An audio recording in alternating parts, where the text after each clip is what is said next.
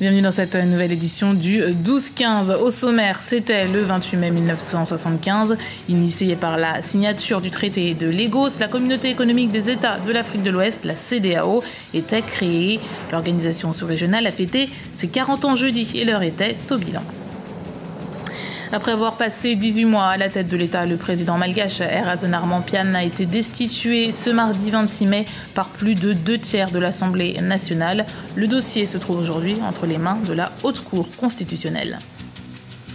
La Banque africaine de développement a un nouveau président, Akinwumi Adesina, ministre nigérian de l'Agriculture. Il a été élu ce jeudi 28 mai à Abidjan avec 58,10% des voix. Il succédera à Donald Kaberuka en poste depuis 2005. Mais d'abord, plusieurs dizaines de chefs d'État sont attendus dans la ville d'Abuja au Nigeria ce vendredi pour assister à l'investiture du président nigérian fraîchement élu, Muhammadu Buhari. Le président Jacob Zuma assistera à la cérémonie prévue ce vendredi, de même que plusieurs responsables politiques étrangers. Un important dispositif sécuritaire a été déployé dans la capitale fédérale qui a déjà été la cible en avril et mai 2014 d'attentats du groupe Boko Haram.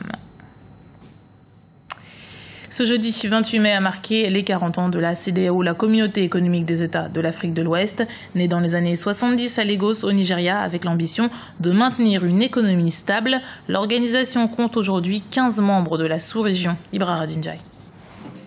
La CEDEAO, la communauté économique des États de l'Afrique de l'Ouest, a soufflé ses 40 bougies ce 28 mai 2015. Le 28 mai 1975, la signature du traité de Lagos a donné naissance à l'une des institutions les plus dynamiques du continent africain.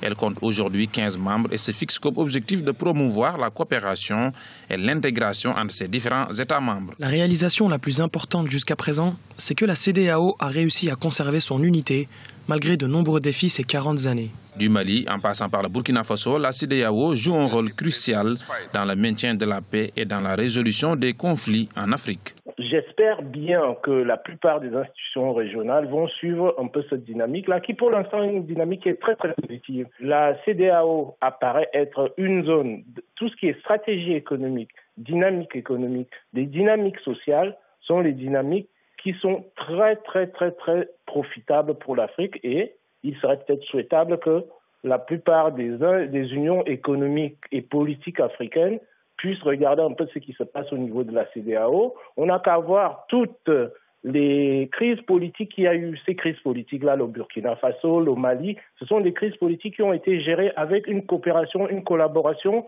interne entre les États.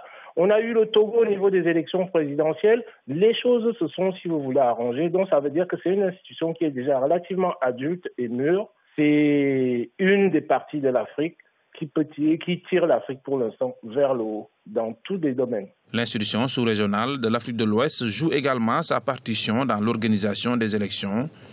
Elle envoie également des observateurs pour assister les États membres dans l'organisation d'élections transparentes et apaisées.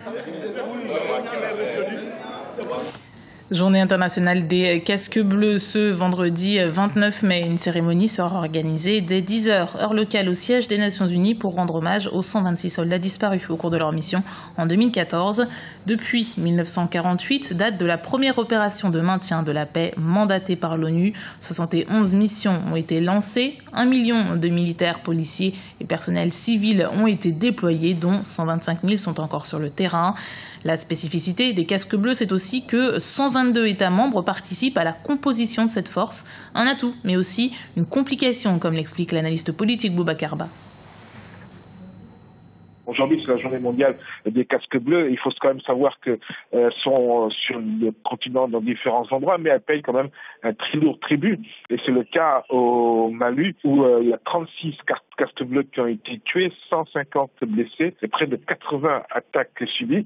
C'est le bilan le plus meurtrier depuis que les casques bleus interviennent sur le continent africain. Alors, une des principales faiblesses de ces casques bleus, c'est justement la nature des personnes qui sont de la nationalité ils font partie des casques bleus. Très généralement, on se rend compte que quand tu es sur le continent, ce n'est pas des nations très très fortes qui sont envoyées sur le continent, excepté la France. Dans certaines conditions, c'est les anciennes colonies. Mais lorsque ce n'est pas le cas, on a des forces du Bangladesh, on a des forces des différents pays qu'on appelle des pays du tiers-monde, qui ne sont pas forcément bien entraînés, qui ne sont pas forcément bien équipés. Et donc, ce qui fait que le mandat de ces forces-là elles ont du mal à exercer leur force sur le terrain à cause de cet art-là. À Madagascar, son avenir présidentiel se joue dès ce vendredi auprès de la Haute Cour constitutionnelle. Le président malgache s'est vu infliger une motion de censure par la majorité des députés mardi 26 mai.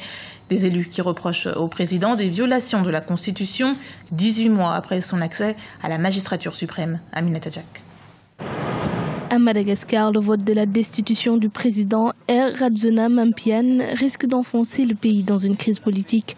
À la majorité, 121 sur 125 votants, les députés ont décidé ce mardi 26 mai de destituer le chef de l'État élu démocratiquement en janvier 2014. Les parlementaires l'accusent de violations graves et répétées de la Constitution et de haute trahison. En somme, ils estiment que le président n'est pas à la hauteur de la situation. Face à la presse, le chef de l'État a réitéré son engagement à diriger le pays. Je veux rassurer la population malgache et la communauté internationale. Je suis là en tant que président de la République élu pour exercer ma fonction. Pour certains observateurs, le président malgache reconnaît quelques retards dans l'exécution de plusieurs projets. Si le président aujourd'hui essaie à tout prix de trouver une solution autre que cette dissolution pour résoudre la crise, donc qui oppose le législatif à l'exécutif, il reconnaît cependant la lenteur au niveau des résultats. Mais il explique cela par tout le travail de fond nécessaire pour réparer en fait les erreurs et les dégâts du passé et mettre en place les réformes nécessaires pour appliquer son programme et ses projets de développement. De même, il ne regrette pas cette décision d'avoir refusé jusque-là de se plier à certaines demandes matérielles des députés qu'il considère inappropriées et indécentes dans la situation présente. Le chef de l'État malgache se défend des accusations des députés et dénonce des manœuvres politiques visant à déstabiliser le pouvoir en place. Pour autant, certains spécialistes estiment que ce vote constitue une alerte pour le président qui devrait améliorer la gouvernance et produire des résultats. Destitution ou maintien au pouvoir, il revient maintenant à la Haute Cour constitutionnelle de valider ou non le résultat du vote parlementaire. Le ministre nigérian Akinwumi Adesina a été élu à plus de 58% des voix comme nouveau président de la Banque africaine de développement. Il entrera officiellement en fonction au mois de septembre pour prendre la succession de Donald Kaberuka. Son élection coïncidait avec les 50e assemblées annuelles de l'institution financière, un événement qui a débuté lundi à Abidjan, en Côte d'Ivoire, la capitale économique où l'on retrouve notre envoyé spécial Marie-Angèle Touré en compagnie de notre éditorialiste Djemal Taleb. Regardez. Comme vous pouvez le constater, je suis avec Djemal Taleb, notre éditorialiste qui se trouve ici à Abidjan dans le cadre de ces assemblées annuelles de la Banque africaine de développement qui se clôturent ce vendredi. Alors Djemal, tout d'abord une réaction suite à l'élection d'Adesina Akinwumi du Nigeria comme président de la Banque africaine de développement.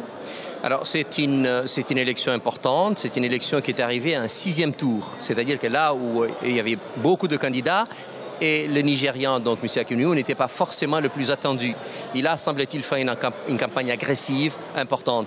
Alors il y a discussion, beaucoup sont contents parce qu'ils considèrent qu'en définitive, la BAD retrouve là un président punchy, courageux, puissant. D'autres regrettent la candidate capverdienne, qu'on considère comme étant femme, nouvelle, étrangère à la Banque africaine de développement et qui, semble-t-il, est la seule capable de prendre un certain nombre de réformes dont la Banque aura besoin demain. Mais enfin, le nouveau président élu fait visiblement plutôt l'unanimité. Il ne faut pas oublier qu'il a fait 40% donc, dans les tours précédents, ce qui lui donne une position assez importante et un tapis électoral confortable qui lui a permis de se faire élire. Il y avait un candidat pas moins important, le candidat tchadien. Oui, justement, encore Djebé Doumra. Voilà, le candidat tchadien qui est un homme d'une grande expérience, qui a un beau CV, et puis qui était quelque part le candidat des francophones. Il a pas fait une bonne performance au début, il a fait une plutôt bonne à la fin.